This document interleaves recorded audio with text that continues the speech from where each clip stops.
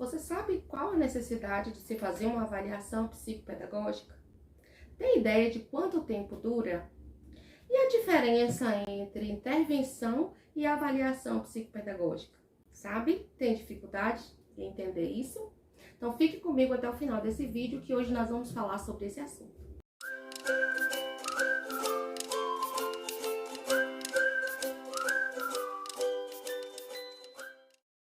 Olá, eu sou Cristiane Santana, psicopedagoga do canal Educação em Foco.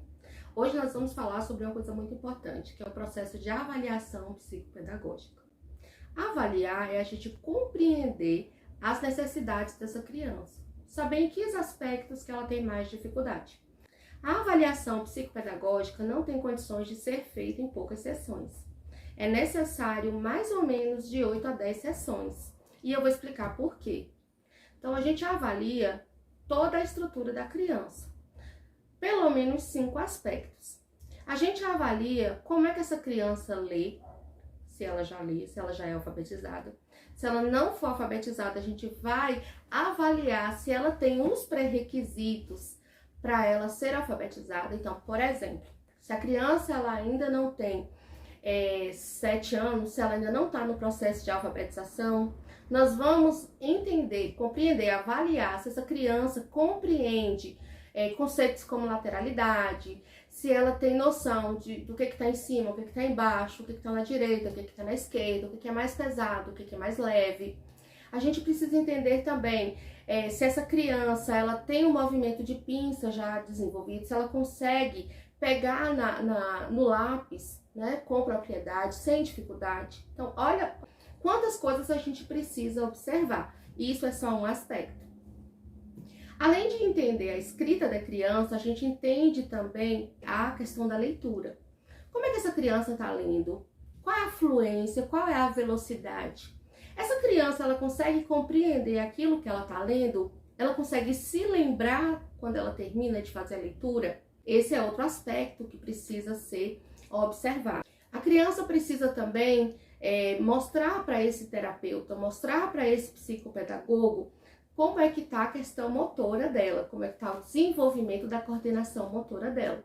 Aí a gente observa a coordenação motora ampla, global, se essa criança pula, se essa criança sobe nas coisas, se essa criança consegue andar numa linha reta.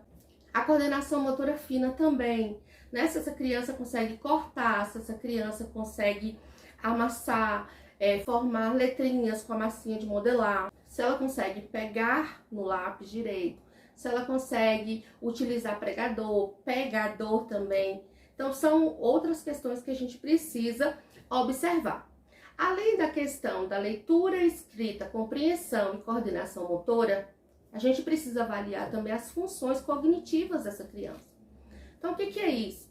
As funções executivas, elas são memória, concentração, planejamento, flexibilidade cognitiva. Então, para que isso é importante para a criança? Então, quando a gente diz assim, a criança ela precisa copiar do quadro, olhar para o quadro, ler o que está escrito e escrever no caderno dela. Então, ela precisa aí de uma atenção alternada. Como assim? Ela precisa entender o que está escrito no quadro e copiar igualzinho no caderno. Se a criança ela tem uma dificuldade nessa área, ela não vai conseguir fazer isso. Então, a gente precisa entender em que nível que essa criança tá.